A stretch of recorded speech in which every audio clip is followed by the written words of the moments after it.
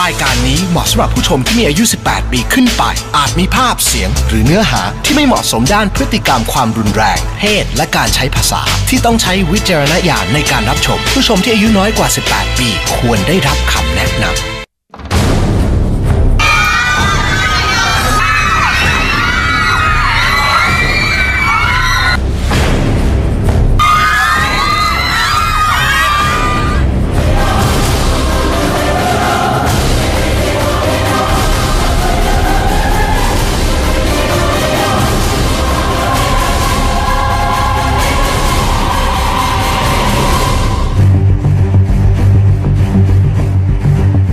คืนนี้พบกับกลุ่มนักแสดงวัยรุ่นที่มาแรงที่สุดในตอนนี้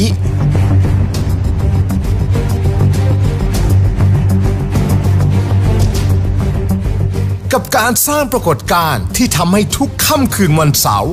กลายเป็นวันฮอร์โมนแห่งชาติ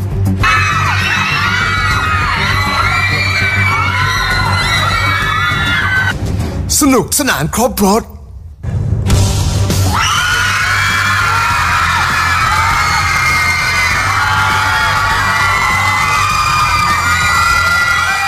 ชอบไหมเวลา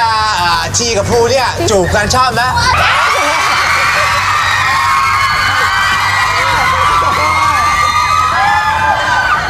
นักแสดงครบเซต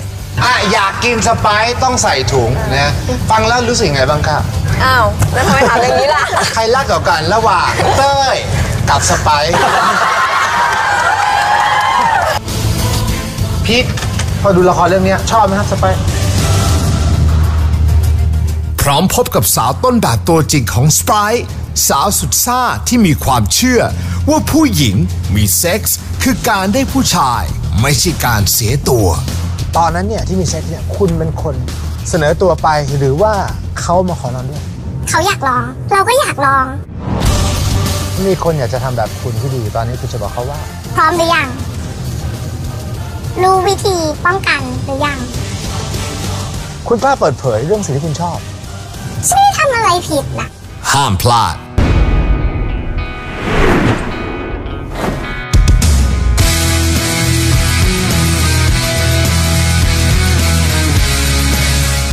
สวัสดีครับพี่น้องชาวไทยในคืนนี้วูดดี้ขอนำเสนอเรื่องราวของปรากฏการณ์ใหม่ที่เกิดขึ้นอย่างรวดเร็วและรุนแรงเป็นอย่างมากในสังคมไทยปรากฏการณ์ที่ไม่มีใครไม่พูดถึงในช่วงเดือนที่ผ่านมาปรากฏการณ์ที่กล้าหยิบเอาเรื่องจริงของวัยรุ่นไทยมาพูดถึงอย่างตรงไปตรงมาที่สุดปรากฏการณ์ที่ทำให้คนเข้าใจวัยรุ่นปรากฏการณ์ที่วูดดี้ขอเรียกว่าปรากฏการณ์ฮอร์โมนปรากฏการณ์ฮอร์โมนนี้ไม่ได้เกิดขึ้นกับเฉพาะในหมู่วัยรุ่นเท่านั้นครับแต่ยังแพร่กระจายไปตามสังคมทุกเพศทุกวัยทุกกลุ่มไม่เว้นแม้แต่สังคมดารานักแสดงที่แทบจะทุกค่ำคืนวันเสาร์ดาราชื่อดังหลายต่อหลายคนจะต้องโพสต์รูปขึ้น Instagram ส่วนตัวพร่ำเพ้อถึงซีรีส์เรื่องนี้ไม่ว่าจะเป็นบอยปกรณ์มาร์กี้ราศีเจมส์จิรายุหรือแม้แต่ซุปเปอร์สตาร์ของประเทศอย่างพลอยเชอร์มานก็ไม่เว้นครับ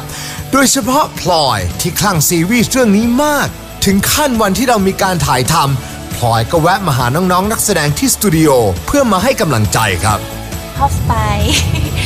เป็นไอดอลของพี่พูดเลยแล้วสไปนี่แบบเป็นผู้หญิงที่แบบแสบซ่าชัดเจนพูดได้เลยว่าพี่ชอบมากในความกล้าของน้องโดยเฉพาะตอนที่น้องจับหน้าต่อแล้วบอกว่าสวยไหมกรี๊ดจิกหมอนพี่องค่ะพี่อยากเล่นเป็นครูพละค่ะจะได้ไหมอะดูฮอร์โมนหรือยังวัยรุ่นเขาฮิตกันต้องลองดูตอนนี้ผมมั่นใจแล้วครับว่าผู้ชมที่กำลังนั่งดูรายการอยู่คงสงสัยแล้วครับว่าปรากฏการณ์ฮอร์โมนมันคืออะไรกันแน่เอาอย่างนี้ครับคุณผู้ชมฮอร์โมนก็คือซีรีส์วัยรุ่นนอกกระแสครับที่กล้าหยิบเอาเรื่องจริงที่เกิดขึ้นจริงในสังคมวัยรุ่นไทยมาตีแผ่กันแบบไม่กลัวคมกันไกลเซ็นเซอร์ไม่ว่าจะเป็นฉากมีอะไรกันในห้องน้ำโรงเรียนของนักเรียนชายหญิงคู่หนึ่ง ฉากนักเรียนสูบบุหรี่ที่มีให้เห็นกันเกือบทั้งเรื่องฉากนักเรียนชายยกพวกตีกันหรือแม้แต่ฉากล่อแหลมที่มีนักเรียนชายจูบปากกันเองจนสังคมต้องตั้งคำถามนะครับว่ามันเหมาะสมแล้วหรือที่นำเสนอเรื่องแบบนี้ตั้งใจจะทำให้มันแรงนะตอนนี้นี่คือยงทรงยศครับผู้กำกับซีรีส์ฮอร์โมนที่เรากำลังพูดถึงอยู่ในขณะนี้หรือว่าเป็นเพราะสังคมเราหรือเปล่าบางทีพออายุมากขึ้นบางทีเราจะพยายามปิดหูปิดตาไม่มองไม่ฟัง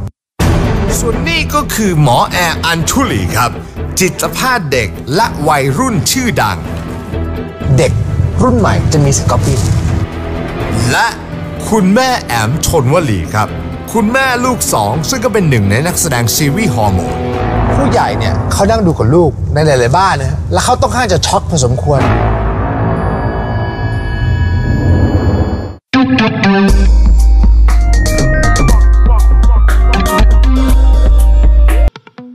คุณผู้ชมครับในช่วงเดือนที่ผ่านมาได้เกิดปรากฏการณ์หน้าใหม่ขึ้นในสังคมไทยครับที่ผมขอเรียกว่าปรากฏการณ์ฮอร์โมนซีรีส์วัยว้าวุ่นสุดร้อนแรงที่แจ้งเกิดนักแสดงวัยรุ่นกลุ่มหนึ่งที่ทำให้พวกเขากลายเป็นกลุ่มบุคคลที่ฮอตที่สุดในตอนนี้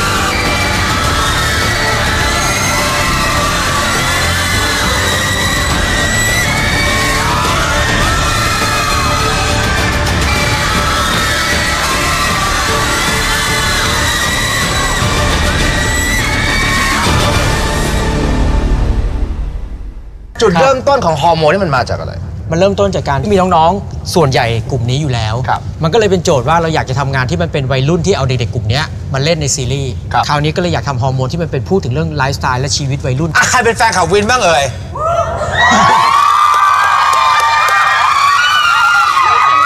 ตกใจเมื่อตอนอ่านบทโหมันเป็นผู้ชายที่ก็ตกใจนิดนึงนะตอนอ่านแล้วแบบเฮ้ยมีคนแบบนี้อยู่ในชีวิตจริงๆด้วยหรออะไรงงที่แบบมีคนที่สามารถท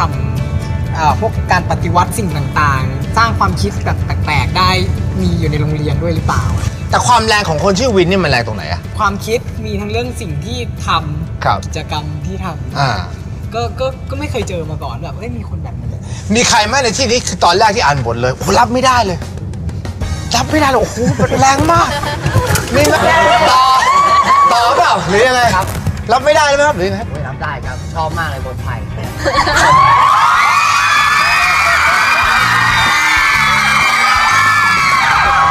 แต่พี่ว่านะ9อ่ะใช่ไหมตอนแรกที่อ่านบทสไปนี่ตกใจไหมครับตกใจค่ะเพราะว่าบทแรงมากอะไรอย่างเงี้ยตอนแรกก็แบบว่าคนมาแคสเยอะใช่ไหมพี่ยงแล้วก็แบบว่าเฮ้ยเราจะทำได้เหรอคนแคสเยอะแล้วแบบไม่ได้ขนาดนี้เรามาแบบว่าจะเปิดกล้องอยู่แล้วว่าคงทำไม่ได้กลับดีกว่าอะไรอย่างเงี้ยแต่ว่าพี่ทีมแคสเขาบอกว่าลองก่อนอะไรอย่างเงี้ยแล้วก็เลยลองดูค่ะไม่คิดว่าจะได้ด้วยทำงานกับพี่แพตตี้มีเรื่องสนุกไหมถามหน่อยมีไหมเพราะเขาเป็นผู้ใหญ่กว่าแต่จริงๆแล้วเขาตัวจริงจะเป็นเด็กไหมในกองถ่ายจริงเขาก็เด็กนะครับทุกทีครับแต่ว่าจริงๆแล้วเขาเป็นเด็กที่มีความคิดอยู่ข้างในว่าเป็นผู้ใหญ่แล้วใหญ่แล้วเขาช่วยผมหน่อยสิเด็กๆนะพี่ชอบเอาหมามาเดินเล่นในกองเอาหมามาเดินเล่นในกองนีออนไล่กัดคนอื่นรักมากเหรอแล้วกินเก่งมากนะพี่เห็นโอ้กินไม่หยุดนะครับพาร์ตี้เนี่ยเหรอใช่ครับกินไม่หยุดเลยกินประมาณกี่จานต่อมื้อโหพี่นับเป็นจานไม่ได้เพราะกินตลอดเวลาพี่กินตลอดเวลาตอนพักเบรกก็กินอีกตอนกลับนั่งก็กินอีกนอนนะพี่แล้วก็ดูซีรีส์มันมีอยู่เรื่องนึงขอถามท็อปหน่อยดีกว่าท็อปกับการถอดกางเกงอะไรมันยังไงคุณถอดใครถอดมันยังไงคือขยายความให้หน่อยที่ทีมาเล่าให้พี่ฟังคือมันเป็นอย่างนี้ครับพี่คนนี้คือผมเป็นคนที่ค่อนข้างหน้าด้านนะครับ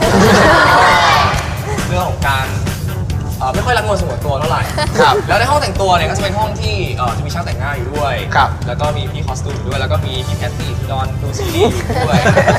ทุกคนการทำกันบ้านอยู่แล้วผมก็ต้องเปลี่ยนชุดจากชุดนักเรียนที่เราถ่ายเข้าซีนกันนะครับกลายเป็นใส่เกงยีนที่ผมใส่กลับบ้านผมรู้สึกว่าอันนี้ห้องแต่งตัวนี่ผมว่าควรจะแต่งตัวในห้องนี้เพราะถ้าออกไปข้างนอกเนี่ยคนอื่นเห็นหมดเลยเลือกให้คนส่วนน้อยเห็นดีกว่าเลยถอดเลยต้องยอมรับทุกคนในที่นี้ก็จะเห็นเกงในแล้วก้นผมหมดแล้วก็เลยเดี๋ยวก่อนด้านหน้าเห็นไหมใครเห็นท็อปน้อยบ้างหรือยังเลยเห็นนะเห็นไหมนิดหน่อยเห็นหนวดด้วยฮะถามมาว่าพอเห็นแล้วรู้สึกอย่างไรต้องบอกมองไม่ชัดครับพี่วูดดี้ได้ไม่ค่อยชัดครับมองไม่ค่อยชัดบางอย่างเป็นบางไม่หยุดนะครับถามพีทบ้างดีกว่าเพื่อนซีคนใหม่ของคนที่ชื่อ Not the Star เนี่ยนะเขามีการคอมเมนต์ยังไงบ้างไหมก็ดูละฮะบอกว่าดูเป็นคนเถื่อนดีน็อตชอบคนเถื่อนไหมถามเขาไหมไม่ได้ถามในเรื่องนี้นะไม่ได้ถามแบบชอบตัวละครตัวไหนอะไรอย่างเงี้ยไม่ค่อยได้อยากจะรู้แบบเรื่องคาแรคเตอร์ที่ชอบแต่ผมเห็นนะว่าตัวละครแต่ละตัวนี่มันก็มีการพัฒนาการนะครับบางคนอุ้ยรับไม่ได้นะครับแต่ถามเด็กๆหน่อยดีกว่านะหน้าที่นี้เนี่ยส่วนใหญ่แล้วรับได้ไหมฮะคิดว่าการที่สไปซ์เนี่ยนอนกับคนหลายๆคนนั้นถูกหรือผิดคิดว่าการที่วินเนี่ยนอนกับผู้หญิงหลายๆคนที่ถูกหรือผิดไม่เขาก็รู้ครับนะจริงๆแล้วการที่ผู้ใหญ่หลายคนบอกว่าโอ้ยถ้าเด็กดูซีรีส์เรื่องนี้เนี่ยแล้วมันจะลอกเลียนแบบคุณจะลอกเลียนเขาไหมมีผู้ใหญ่ที่เราถามใครดีถามฝั่งนู้นมาดีกว่าต้าดีกว่านะมีผู้ใหญ่บางคนเขาพูดไหมว่าซีรีส์เรื่องนี้มันจะทำให้คนมาลอกเลียนแบบนี้ไหมก็ได้ยินมาบ้างเหมือนกันครับว่าแบบว่ากลัวว่าเด็กดูแล้วจะเอาไปทำตามอะไรแต่ผมรู้สึกว่าความจริงทุกตอนนะฮะเราก็แฝงความคิดไว้อยู่แล้วแต่แบบมันไม่ได้แบบสรุปให้เขาทีเดียวพี่บูดี้คือมันต้องให้เด็กไปคิดต่อกันเองมากกว่าต้านี่ตอนนี้กำลังเซตแฟชั่นใหม่เลยนะเด็กทุกคนเนี่ยโอ้โหอิจฉาต้ามากทุกคนพยายามจะหั่นขาตัวเองให้สั้นลงนะจริงๆผู้ชายเตี้ยมาแล้วถูกเปล่าคือคนจะล้อเลียนเยอะไหมต้าเรื่องคือในเรื่องแม่ก็พูดเยอะเหมือนกันว่าลูกนะเตี้ยจริงๆกินนมเยอะๆในชีวิตจริงเจอแบบนี้ไหมครับโอ้ยเจอจนเรียกว่าชินเลยดีกว่าพี่เจอตั้งแต่เริ่มขึ้นม.ปลายพี่ตั้งแต่แบบคนเขาเริ่มสูงกันนะเพื่อเริ่มสูงแซงกันพี่ผมก็โดนยาวตั้งแต่ม.ปลายจนมหาลัยคุณลุกขึ้นยืนที่ผมอยากจะเห็นว่า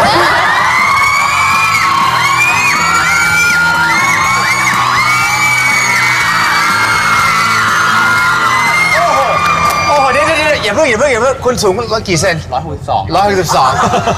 เอาคนที่สูงที่สุดในชั้นมาดีกว่านะฮะไหนขอไผ่มา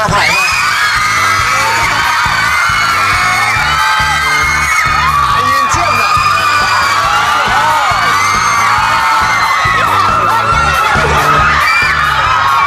อันนี้คือหอไอเฟลนะฮะอันนี้คืออะไรหอหลักกิโลอ๋อหลักกิโลหลักกิโลคุณเรียกเขาหลักกิโลฟังแล้วรู้สึกเสียใจไหมสะเทือนใจดีกว่าพี่นะครับก็150เท่าไหร่แล้ว162ที่5เลยเท่าไหร่185ครับปรบมือให้ทั้งคู่หน่อยนะครับใครจะโดนแกล้งมากสุดในกองไม่ต้องถามฝนเหรอน้องดาวเหรอทำไมจะโดนแกล้งไม่รู้อ่ะอันนี้ต้องให้มาเล่ามาเล่าสิทำไมฝนโดนแกล้งคือฝนเขาเป็นคนแกล้งแล้วสนุกนะครับคือยิ่งแกล้งยิ่งงงแงพอยิ่งลุมแกล้งเหมือนอันนี้มันโรคติดต่อครับพอคนนึงแกล้งปุ๊บอีกคนนึงเห็นปุ๊บแกล้งตามแล้วก็มาลุมแกล้งคนเดียวกันเลยแล้วยิ่งเนี่ยทำหน้าอย่างเงี้ยงอแงแล้วใครที่เงียบที่สุดในกองเงียบมากเลยนี่ไมเคิลเหรอไม่นะแล้วแต่คนแ แต่ว่าที่บอกว่าไมเคิลเงียบเพราะไมเคิลคุณเงียบปะคุณว่าคุณเงียบปะ ก็เงียบบ้างไม่เงียบบ้างแต่ว่าใครเงียบที่สุดก็ต้องพี่ พี่เคิลนั่นแหละ จริงปกติไมเคิลไม่เงียบหรอกแต่ว่าคนอื่นมันเฮฮามันวุ่นวายมากเพื่อนมันเลยดูเงียบไปโดยปริยายช่วงหน้าถ้าพอเล่นบทนี้แล้วเนี่ยนะฮะต้องถามตัวว่ารู้สึกเริ่มอินและอยากจะคบกับพี่ม้าในชีวิตจริงไหม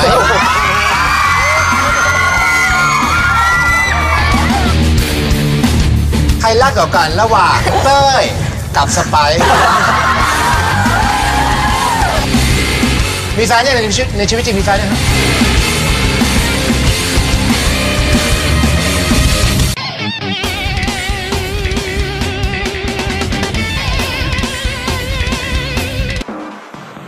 ตอนนี้วูดดี้กำลังพูดคุยอยู่กับกลุ่มนักแสดงครบเซตจากซีรีส์ฮอร์โมนครับที่กำลังเป็นกระแสที่ฮอตที่สุดในสังคมไทย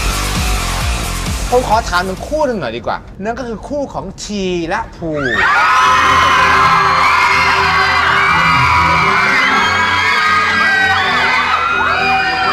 ดูสิป้ายชื่อทีและภูเต็มไปหมดเลยนะฮะถามนิดนึงว่าตอนที่เนี่ยเขาบอกว่าต้องมาเล่นเนี่ยตอนนั้นรู้สึกยังไงบ้างถามมาร์คก็คือมันไม่ได้เป็นเชิงเกย์ซะทีเดียวครับมันเหมือนผู้ชายที่อยู่ในช่วงสับสนอยู่ว่าจะเลือกผู้หญิงหรือผู้ชายเลือกคนไหนที่ทำให้เขามีความสุขจริงๆก็ลำบากใจนิดนึงครับเหมือนว่ากลัวจะติดคาแรคเตอร์เขาคนจะมองเราว่าต้องเล่นเป็นเกย์อย่างเดียวเล่นเป็นเกย์อย่างเดียวอะไรเงี้ยแต่แบบพี่ยงเดินมาบอกกับผมคำหนึ่งว่ามึงเชื่อมือกู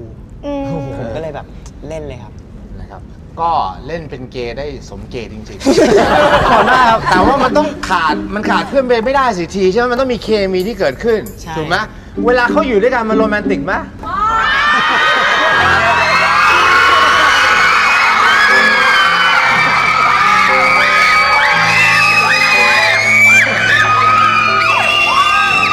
พี่คนนั้นท่าทางจะอินมากพี่ชื่ออะไรครับเอกเหรอครับชอบไหมเวลาทีกับภูเนี่ยจูบกันชอบไหมทำไมถึงชอบ2ตัวนี้ว่าอะไรที่ชอบเพราะว่าตัวละครมีเหตุผลของตัวมันเองครับจะเรียกว่ามันเป็นแบบเป็นฮอร์โมนที่จูนตรงกันเวลาแบบว่าเป็นฮอร์โมนที่จูนตรงกันคือถ้าอยู่ในชายล้วนเนี่ยคืออารมณ์เนี่ยพอเล่นบทนี้แล้วเนี่ยนะฮะต้องถามตัวว่ารู้สึกเริ่มอินและอยากจะคบกับพี่ม้าในชีวิตจริงไหมอันนี้ขอถามก่อนนะครับว่ามีใครอยากให้คบกันจริงบ้างฮะ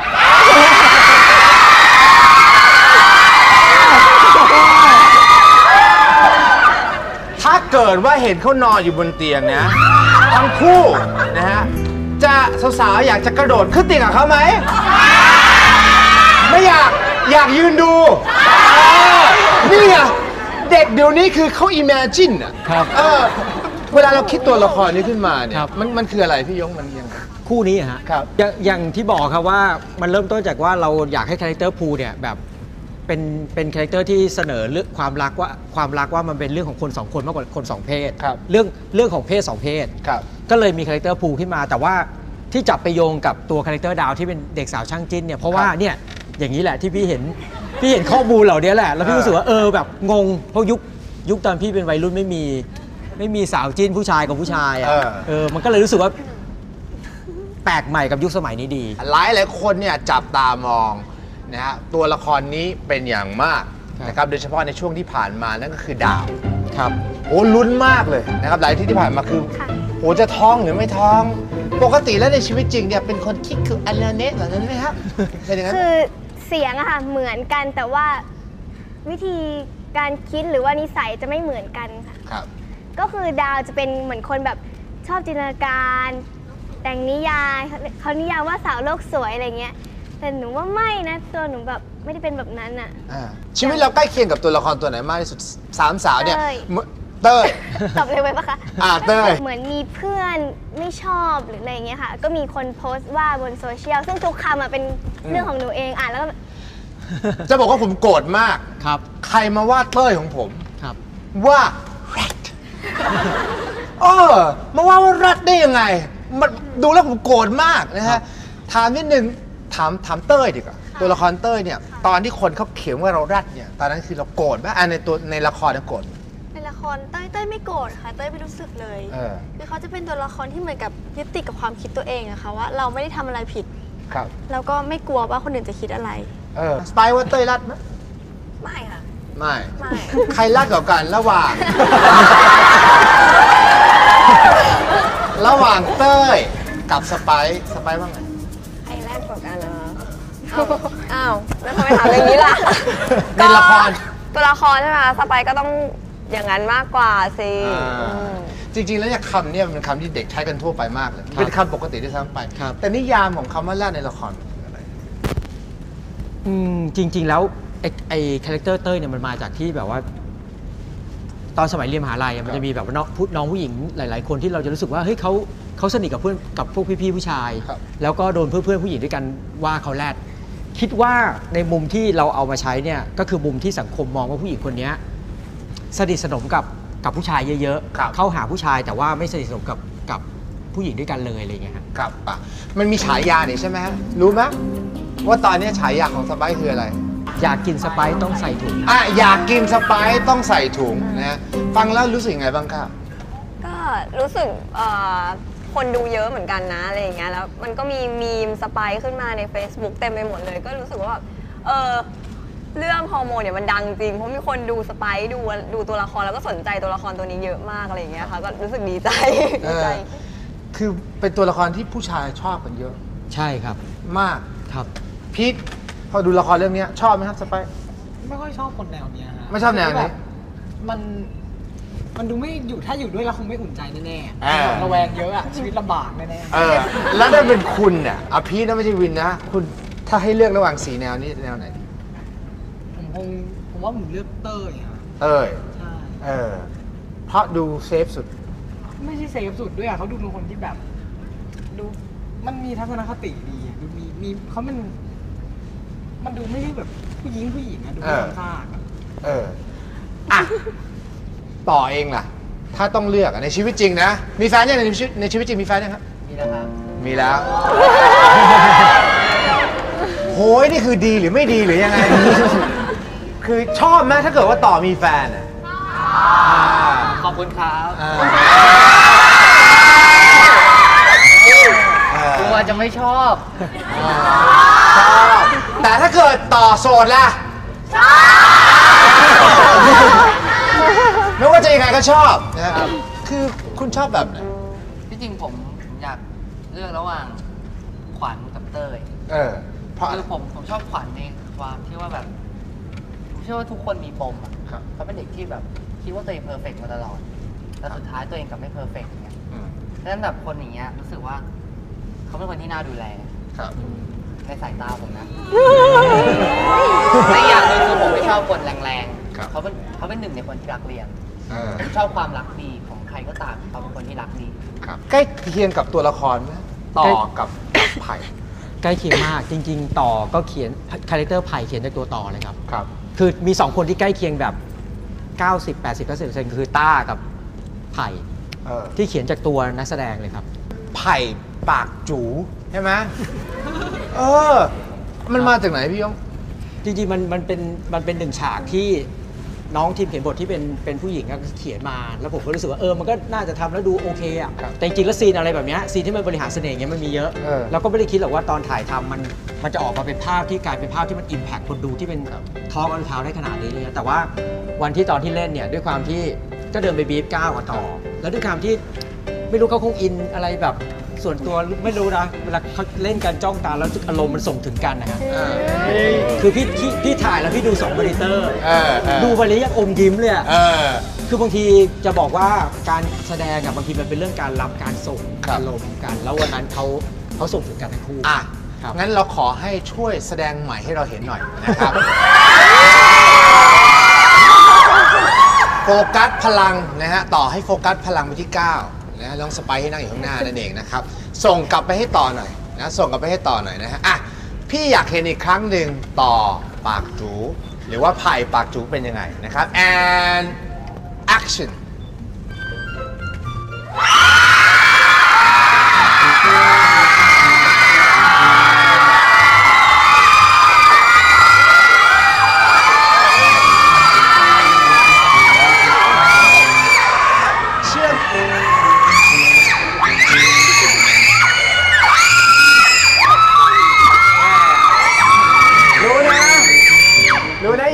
ปากจูแล้วสิช่วงหน้าต่อเองเคยชกต่อยแบบนี้เคยครับผมเคยบวชมาแล้วผ้าเหลืองทำให้คนสงบจริงๆสมมติว่าท้องเป็นคุณจะทำยังไงคือหนูเข้าใจว่าคนท้องในวัยเรียนอ่ะไม่ใช่ไม่มีอนาคตแต่สังคมไม่ว่าจะเพื่อนคนรอบข้างอ่ะเขาติดลบเราไปแล้วอะพี่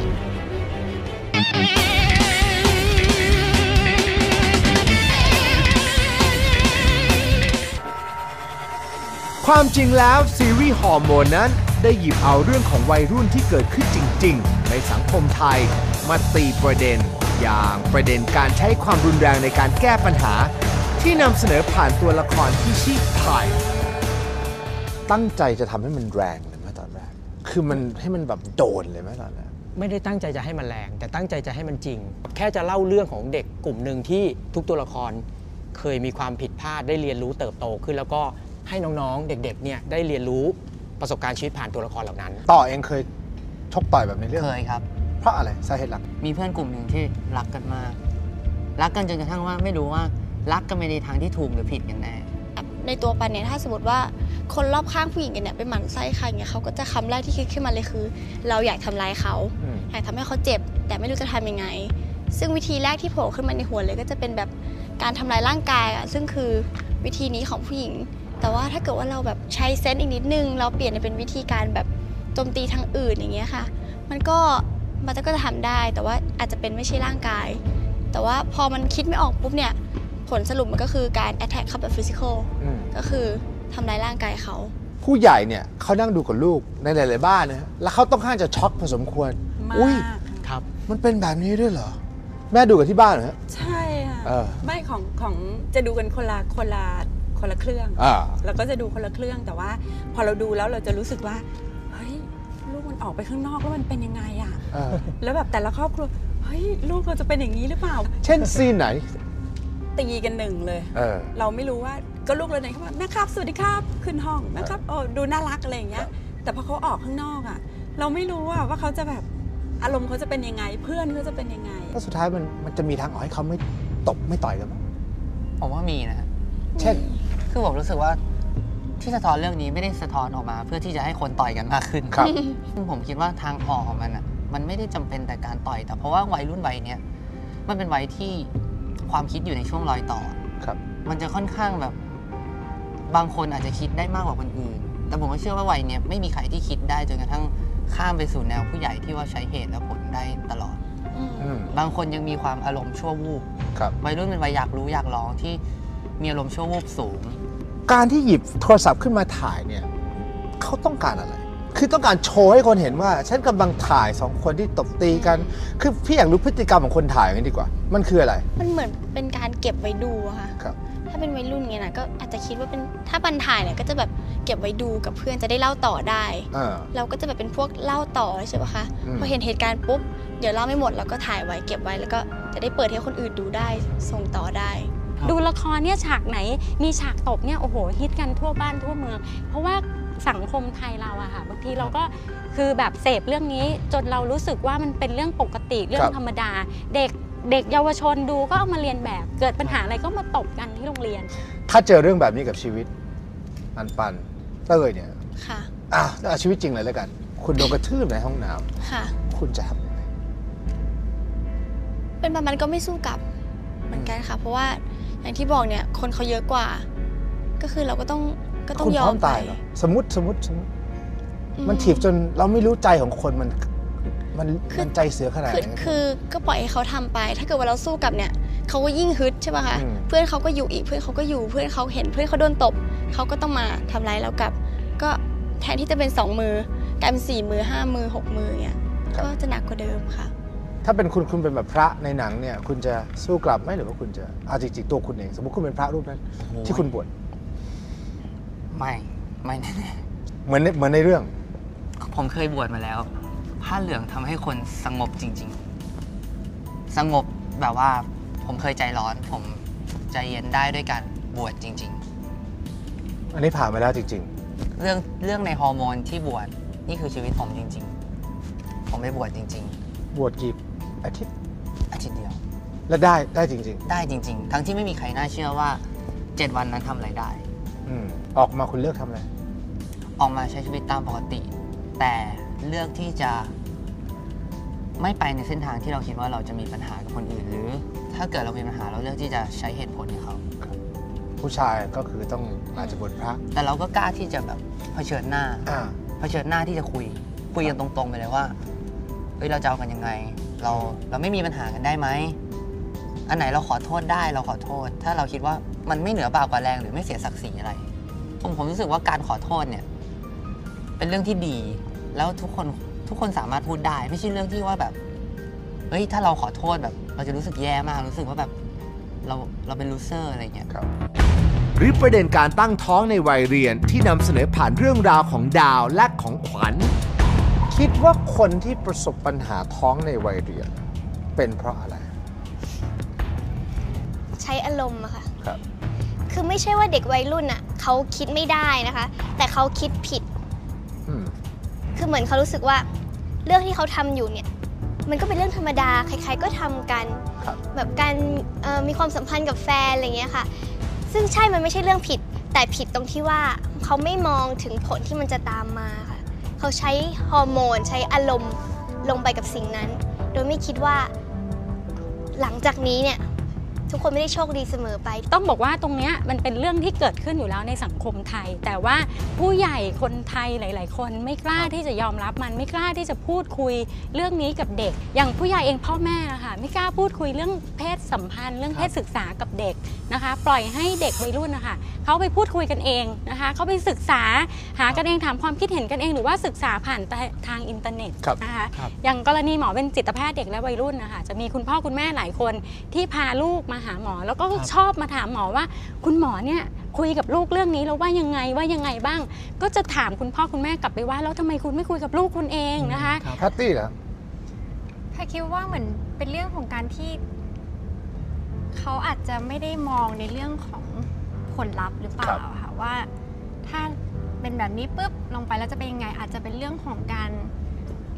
คุณพ่อคุณแม่ที่เดี๋ยวนี้อาจจะแบบเวลาเขาจะพูดถึงเรื่องเกี่ยวกับเรื่องนี้กับลูกอะไรเงี้ยค่ะเขาจะไม่ค่อยบอกหรือว่าไม่ค่อยสอนในลึกซึ้งซึ่งจริงๆไพคิดว่ามันควรที่จะแบบบอกแล้วก็ให้ลูกๆเตรียมหมายถึงว่าเตรียมไว้อะค่ะคือหมายถึงว่าบอกให้เขารู้ไว้ก่อนเพื่อที่วันหนึ่งเกิดจะต้องมีเรื่องแบบนี้ขึ้นมาเขาก็จะมีวิธีที่แบบป้องกันหรือเปล่าอะไรเงี้ยค่ะสมมติว่าท้องเป็นคุณจะทำยังไงมันเลือกยากมาก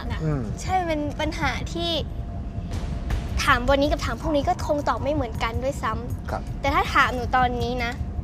ถ้าสมมุติมันเกิดขึ้นจริงๆมันจะทำแท้งก็ได้เพราะว่ามันเป็นความผิดเราเองที่ไม่มองอนาคตก่อนแต่วันนี้เรารู้แล้วว่าเราไม่อยากให้อนาคตดีๆของเรามันจบลงแค่นี้อะคือหนูเข้าใจว่าคนท้องในวัยเรียนอะไม่ใช่ไม่มีอนาคตแต่สังคมไม่ว่าจะเพื่อนคนรอบข้างอะเขาติดลบเราไปแล้วอะพี่แบบเราไม่สามารถกลับไปเรียนโรงเรียนเก่าได้แน่ๆไม่สามารถอยู่หมู่บ้านเดิมโดยที่ไม่มีคนมองได้แน่ๆอันนี้ก็ถ้าเราอยากให้อนาคตเรามันไม่ลงไปกว่านี้ก็คงเป็นทางนี้ค่ะสมมติตัวพัตตี้จะแก้ปัญหานี้ยังไงก็ครั้งแรกก็คงเหมือนต้อง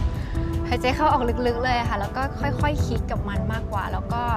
สุดท้ายเราก็ต้องปรึกษาผู้ใหญ่หมายถึงว่าอย่างน้อยผู้ใหญ่เขาก็จะมีมุมมองที่เขาผ่านโลกมามากกว่าเราอยู่แล้วในช่วงวัยนั้นอะไรเงี้ยค่ะเราก็ดูว่ายังไงแต่ว่าถ้าใจจริงลึกๆแล้วถ้าเกิดว่าท้องมาจริงๆก็จะเก็บเขาไว้ช่วงหน้าครับคือคนเราเป็นสัตว์อะซึ่งสัตว์มีหน้าที่ต้องสืบพันธุ์ถ้าจะมีอะไรก็สู้ถุงยางความรักที่ไม่มีความจำกัดเพศนะครับพี่ พ่อครับแม่ครับผมว่าผมชอบผู้ชายมีอีกหนึ่งประเด็นครับที่ทำให้ซีรีส์เรื่องนี้ถูกพูดถึงกันเป็นอย่างมากนั่นก็คือการนำเอาเรื่องเซ็กส์ในวัยเรียนมาตีแผ่ผ่านตัวละครชื่อวินและสไปร์คิดว่ามันเป็นเรื่องที่ปกติเรื่องสำหรับเด็กไทยสมัยนี้ไม่นะคะเพราะว่าบางคนก็มีมุมมองแตกต่างกันบางคนอาจจะมีความคิดแบบนี้แต่ว่าเมื่อมันถึงจุดๆนั้นนะคะมันต้องรู้จักเซฟตัวเอง คือคนเราเป็นสัตว์อะชนิดหนึ่งซึ่งสัตว์มีหน้าที่ต้องสืบพันธุ์ถ้าสมมุติว่าผู้ชายทุกคนเป็นแบบตัวละครวิน แล้วทั้งโรงเรียนเนี่ยผู้หญิงทุกคนเป็นสไปร์คุณว่าปัญหาจะเกิด มันอาจจะเกิดขึ้นมันต้องขึ้นอยู่กับคนนี้มีวุฒิภาวะทางความคิดพอหรือยังคือถ้าเรามีการป้องกันที่ถูกต้องมันก็ไม่เกิดปัญหานี่ไม่มีการท้องเกิดขึ้นถูกไหมแต่ถ้าบางคนที่แบบคิดไม่ได้รู้สึกว่าแบบสนแค่แบบเฮ้ยมันแฮปปี้อย่างเดียวมันอาจจะเกิดปัญหาต่างๆปัญหาที่ตามมาแน่นอนท้องก่อนวัยอันควรโรคต่างๆเอาแบบเบสิกง่ายๆเลยที่เราจะป้องกันสิ่งเหล่านี้คือง่ายๆฮะถ้าจะมีอะไรก็ซื้อถุงยางเนี่ยคือคนไทยมีทัศนคติที่ไม่ดีกับสิ่งนี้คือรู้สึกว่ามันไม่กล้าซื้อหรือการซื้ออุปกรณ์พวกนี้เป็นเรื่องน่าอายซึ่งมันเป็นการปลูกฝังความคิดที่ผิดอ่ะคุณผู้ชมทราบไหมครับว่าสไปร์สาวสุดซ่าขาปั่นผู้ชายในเรื่องมีตัวตนจริงๆครับนี่คือสาวต้นแบบของคาแรคเตอร์สไปร์ผู้มีความเชื่อว่าผู้หญิงมีเซ็กส์คือการได้ผู้ชายไม่ใช่การเสียตัวถามก่อนเลยว่ามีอะไรในเรื่องหรือในซีรีส์นี้ที่มันเหมือนคุณมากๆอุ๊ยแบบหลายเรื่องมากอย่างเรื่องที่ล่าสุดที่ร้องไห้เลยนั่งดูแล้วร้องไห้คือตอนที่โดนแฟนบอกเลิกคือผู้ชายบอกเลิกเพราะว่าแบบรับไม่ได้ที่เราเคยมีอะไรกับคนนู้นคนนี้มาก่อนคือเป็นคนที่กับเพื่อนยังเล่าอะถ้ากับแฟนเราก็ยิ่งเล่าเราก็แบบแกคนนี้เราเคยมีอะไรด้วยคนนี้เคยได้แล้วอะไรอย่างเงี้ยแล้วแบบเขาก็จะแบบพอวันที่จะคบกันจริงจังอะเขาก็บอกว่ารับไม่ได้เธอแรดเกินไปตอนนั้นเนี่ยที่มีเซ็กซ์เนี่ยคุณเป็นคนเสนอตัวไปหรือว่าเขามาขอนอนด้วยไม่ค่ะคือเป็นแฟนกันคบกันก็คิดว่าเดี๋ยวเราจะแต่งงานกันแล้วก็ได้อยู่ด้วยกัน2 ต่อ 2เขาอยากลองเราก็อยากลองสวมถุงยางไหมครับครั้งแรกสวมเรามั่นใจแล้วว่าเรามั่นใจคือเป็นการมีเซ็กซ์ที่แบบไม่ได้ถูกหลอกอ่ะเป็นเซ็กซ์ที่มั่นใจว่าแบบฉันจะมีและฉันพร้อมแล้วแต่ไม่ใช่ว่าคุณกำลังคบกับคนคนหนึ่งแต่ไปมีเซ็กซ์กับอีกคนหนึ่งไม่ใช่คือเวลารักใครเราก็ต้องรักเดียวใจเดียวรักจริงๆคุณกล้าเปิดเผยเรื่องสิ่งที่คุณชอบก็ไม่ได้ทำอะไรผิดนะคือในเรื่องเนี่ยมันเวอร์กว่าตัวจริงอยู่แล้วแต่ตัวจริงอ่ะไม่เคยคิดว่าทำอะไรผิดไม่ได้ขอเงินพ่อแม่ทำงานเรียนได้เกรด 4ทุกตัวถ้ามีคนอยากจะทำแบบคุณที่ดูอยู่ตอนนี้คุณจะบอกเขาว่าจะบอกว่าพร้อมหรือยังรู้วิธีป้องกันหรือยังกลัวไหมยงว่าเรากำลังจะผลิตสไปร์มากขึ้นกลับไปสู่สังคมในระหว่างที่เราได้รู้จักเด็กวัยรุ่นเยอะแล้วเราเห็นเด็กมีปัญหาต่างๆเยอะมากมายเนี่ยเรารู้สึกว่าผมอยากลุกขึ้นมาทำฮอร์โมนเพราะผมรู้สึกว่าดีกว่าผมไม่ทำอะไรเลยเพราะว่ามันมีปัญหานี้อยู่ดังนั้นผู้ใหญ่ดูเนี่ยควรจะไปลากลูกมาอยู่ใกล้ๆตัวเองให้มากที่สุดเพราะว่าผมเชื่อว่ายิ่งคุณพ่อคุณแม่ดูแล้วกลัวแล้วตกใจมันสิ่งที่คุณพ่อคุณแม่จะแสดงออกได้ก็คือให้ความใส่ใจลูกเปิดตัวเองเข้าหาลูกมากขึ้นและประเด็นสุดท้ายที่ร้อนแรงที่สุดที่ซีรีส์เรื่องนี้นำเสนอก็คือเรื่องชายรักชายผ่านตัวละครที่ชื่อภูและทีคิดว่าเด็กวัยรุ่นชายเนี่ยหรือหญิงก็ตามที่มีรสนิยมแบบนี้เนี่ยมันกดดันไหมไม่นะฮะเพราะผมว่าส่วนใหญ่เนี่ยที่เขาเป็นแบบนี้เพราะในลึกๆในตัวเขาว่าเป็นแบบนั้นฮะแต่ผมว่าในปัจจุบันนะครับมันมีกลุ่มเด็กที่มีความสับสนอยู่เยอะพอสมควรแต่ด้วยรูปแบบสังคมหรือว่าสิ่งที่คนรอบข้างเขาเนี่ยมองเขาอะทำให้เหมือนเป็นความกดดันเหมือนมีกำแพงว่าสิ่งที่เขาเป็นอยู่อะไม่กล้าเปิดเผยให้คนอื่นรับรู้ครับคิดว่าอะไรที่มันโดนใจวัยรุ่นสำหรับตัวละครสองตัวนี้ผมว่าอาจจะเป็นเรื่องของความรักที่ไม่มีความจำกัดเพศนะครับพี่วูดดี้เหมือนว่าเรารักใครสักคนเนี่ยเราแค่อยู่กับเขาแล้วมีความสุขไม่จำเป็นต้องมีเรื่องเพศมีเรื่องส่วนสูงมีเรื่องสเปคมีเรื่องข้อจำกัดอื่นๆเข้ามาเกี่ยวข้องแค่เราอยู่กับเขาแล้วแฮปปี้มันก็พอแล้วสมมติว่าเราเป็นเหมือนในคาแรคเตอร์เราจะบอกพ่อแม่ผมว่าถ้าเราบอกไปเลยว่าพ่อครับแม่ครับผมว่าผมชอบผู้ชายผมว่ามันทำให้ท่านผิดหวังแน่ๆฮะแต่สำหรับผมว่าถ้าเราทำให้ท่านยอมรับได้เนี่ยผมว่าเราต้องค่อยๆแบบเปลี่ยนตัวเองฮะทีละนิดอย่างเช่นการแต่งตัวฮะการพูดจารสนิยมการใช้ของอะไรอย่างเงี้ยฮะค่อยๆทำให้ท่านรู้ว่าแบบลูกเราเปลี่ยนไปนะลูกเราไม่ได้เป็นเหมือนที่เคยเป็นมาสมมติลูกเดินเข้ามาบอกแม่คือแม่มองเรื่องตรงเนี้ยเป็นเรื่องที่มันอยู่ในสังคมนะตอนนี้คือแม่เปิดใจกว้างมากอะ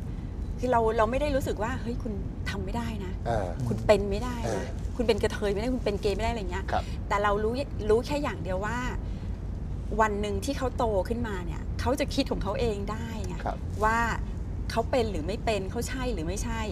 เราก็จะไม่ไปกดดันเขาอะและนี่แหละครับประเด็นร้อนทั้งหมดที่ซีรีส์ฮอร์โมนตั้งใจจะเสนอกับสังคมแต่ยังมีอีกหนึ่งประเด็นครับที่ตอนนี้สังคมกำลังอยากจะรู้เกี่ยวกับซีรีส์เรื่องนี้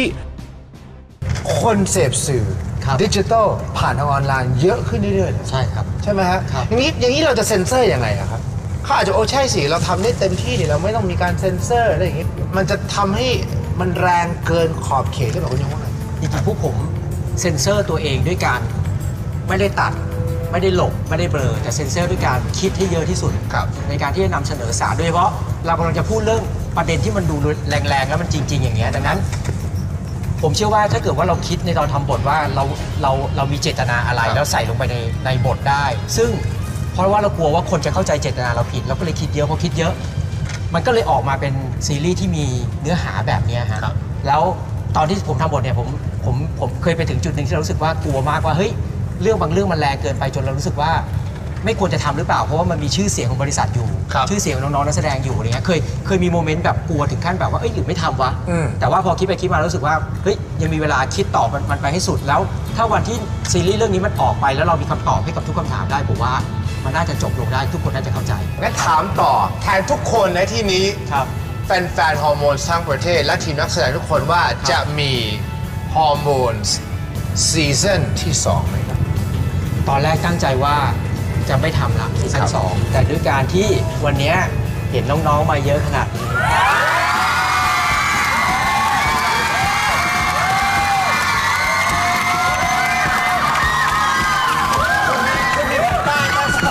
พี่ยงก็เลยคิดว่าอาจจะกลับมาทำตอนนี้มีโอกาสสูงมากครับก็รอติดตามครับถ้ามีซีซั่น2คิดว่าจะประกาศในตอนท้ายๆนี่แหละจะประกาศบอกให้คนน้องๆได้รับทราบเลยครับครับก็อยากให้มีไหมครับซีซั่นที่2นะครับฮอร์โมนวัยว้าวุ่นจะมีซีซั่นที่2หรือไม่ซึ่งแน่นอนครับว่าคนที่จับตามองมากที่สุดก็คงจะเป็นคณะกรรมการกิจการกระจายเสียงกิจการโทรทัศน์และกิจการโทรคมนาคมแห่งชาติหรือกสทช.นั่นเองเพราะแววมาว่าในวันที่5สิงหาคมจะมีการพิจารณาถึงความเหมาะสมของเนื้อหาของซีรีส์เรื่องนี้ผมรู้สึกว่าการที่คนทำหนังทำละครจับเรื่องจริงของสังคมไทยมาตีแผ่เป็นเรื่องที่สมควรครับเพราะโลกนั้นมันเปลี่ยนไปแล้วอย่างน้อยมันก็อาจจะเป็นการบอกการสอนเยาวชนคนรุ่นใหม่ให้รู้ทันความเน่าเฟะของสังคมไทยก็เป็นได้จะว่าไปมันก็อาจจะถึงเวลาแล้วละมั้งครับที่เราควรจะนำความจริงมาพูดกันแบบตรงไปตรงมา